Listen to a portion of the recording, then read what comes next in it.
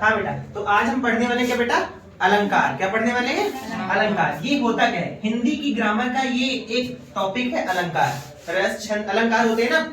अलंकार सबसे पहले देखते हैं अलंकार की डेफिनेशन क्या होती है। तो काव्य की यानी किसी भी काव्य की शोभा को बढ़ाने वाले धर्मों को ही क्या बोलते हैं बेटा, अलंकार। यानी कि कुछ ऐसे शब्द होते हैं जिससे हमारी वाणी में, जिससे हमारे वाक्य में थोड़ी सुंदरता आती है, उसी को क्या बोलते हैं बेटा, अलंकार। सरल शब्दों में अलंकार मतलब होता है आभूषण। क्या होता है बेटा, आभूषण। आभूषण का मतलब क्या होता है, हिंदी का गहना। क्या होता है, गहना। स्त्रियां गहना पहनती हैं, किस लिए पहनती हैं, गजरा वजरा लगाती हैं, फूल बेहतरीन, किस लिए, ताकि अच्छी दिखे ना बेटा।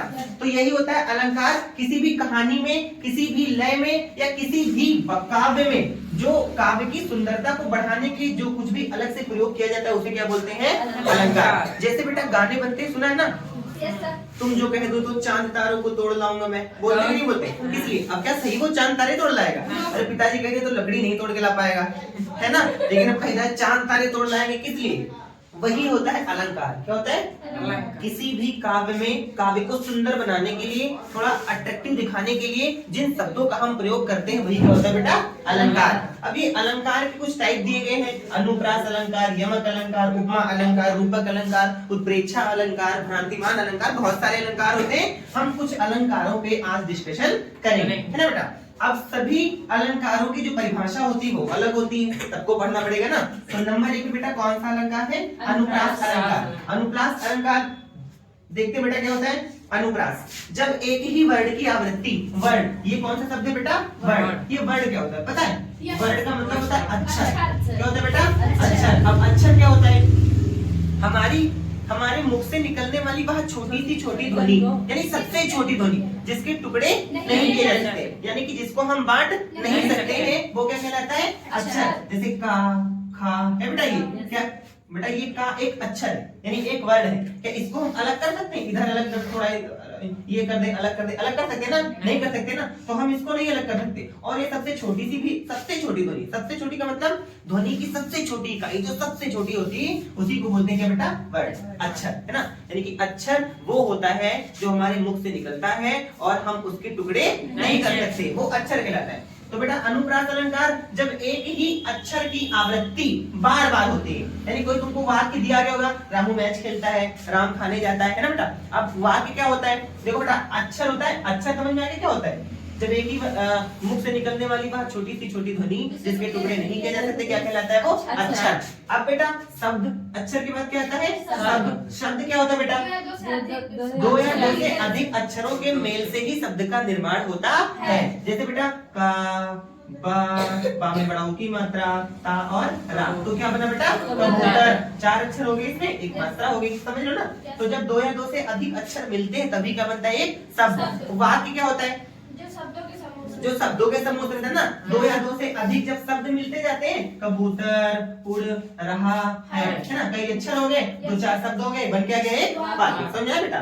तो पढ़ते, जब एक ही अक्षर की आवृत्ति बार बार होती है तो वहां पे कौन सा अलंकार होता है, अनुप्रास अलंकार, है ना बेटा। उदाहरण देखते हैं, चारु चंद्र की चंचल किरणें था खेल रही हैं जलथल में, था ना बेटा। तो बेटा ये चा क्या है, अक्षर है, आया एक बार, ये भी चा दूसरी बार आ चुका, ये भी चा, ये भी चा। तो एक ये चा एक अक्षर है और एक शब्द में, सॉरी एक वाक्य में ये जो चा है इस अक्षर की आवृत्ति बार बार हो रही है, तो ये कौन सा अलंकार हो गया बेटा, अनुप्रास। जैसे चंदू के चाची ने चंदू के चाचा को चांदी के चम्मच से चटनी चटाई, उसमें भी चाचा चाचा आ रहा है ना, तो वहां पे कौन सा अलंकार हो गया बेटा, अनुप्रास। एग्जाम में लिखने के लिए आएगा, ऐसे लिखोगे, अनुप्रास अलंकार जब एक ही अक्षर की या एक ही वर्ड की आवृत्ति बार बार होती है वहां पे अनुप्रास अलंकार होता है। एक उदाहरण लिख देना है और उसका लिखना है स्पष्टीकरण। स्पष्टीकरण क्या है बेटा, उपर्युक्त वाक्य में चा अक्षर की आवृत्ति बार बार हो रही है, इससे ये इंडिकेट होता है कि यहाँ पे अनुप्रास अलंकार है। उपर्युक्त वाक्य में चा वर्ड की आवृत्ति कई बार हुई है, अतः यहाँ अनुप्रास अलंकार। नोट करो बेटा।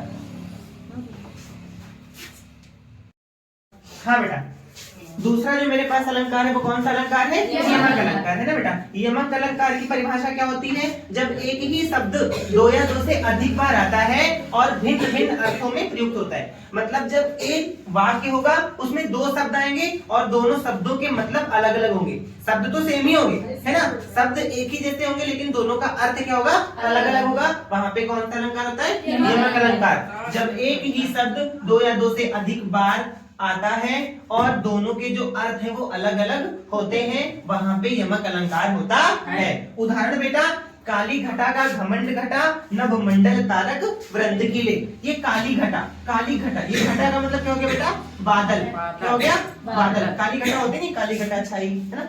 ये काली घटा का घमंड घटा और उसका घमंड जो था वो घट गया। क्या हो गया? वो घट गया। अब देखो इसका मतलब हो गया, इस घटा का मतलब हो गया कम होना है ना बेटा, और इस घटा का मतलब बादल। शब्द तो सेम ही है, ये भी घटा और वो भी घटा, लेकिन दोनों के अर्थ क्या हो गए? अलग अलग। जैसे इसका एक दूसरा भी उदाहरण है, कनक कनकते सौगुनी मादक ताधिका है ना। यही खाए बहुराय नर, यही पाए बहुराय। कनक कनकते सौगुनी, कनक कनक वर्ड की आवृत्ति दो बार हुई, कनक और कनक। एक कनक का मतलब होता है सोना और एक कनक का मतलब धतूरा। तो दोनों कनक कनक तो सेम ही है लेकिन दोनों का अर्थ क्या है? अलग अलग। यही यहाँ पे होता है यमक अलंकार। जब एक ही शब्द की आवृत्ति दो बार होती है और दोनों का अर्थ क्या होता है बेटा? अलग अलग होता है, वहां पे यमक अलंकार होता है। काली घटा का घमंड घटा, वो काली घटा थी उसका घमंड क्या हो गया बेटा? घटा ना। स्पष्टीकरण में लिख देंगे, इसमें घटा शब्द दो बार आया है और दोनों स्थानों पर उसके अर्थ क्या है? भिन्न भिन्न है, यानी अलग अलग है। इसीलिए यहाँ पे कौन सा अलंकार होगा? यमक अलंकार। एक घटा का मतलब बादल और दूसरी घटा का मतलब घट गया, कम हो गया। ठीक बेटा, नोट करो। हाँ बेटा, अब जो अगला अलंकार है मेरे पास वो कौन सा अलंकार है बेटा? उपमा अलंकार है ना बेटा। उपमा अलंकार क्या होता है? इसकी डेफिनेशन क्या होती है बेटा? जब उपमेय और उपमान की समानता के आधार पर तुलना की जाए तो वहां पे उपमा अलंकार होता है।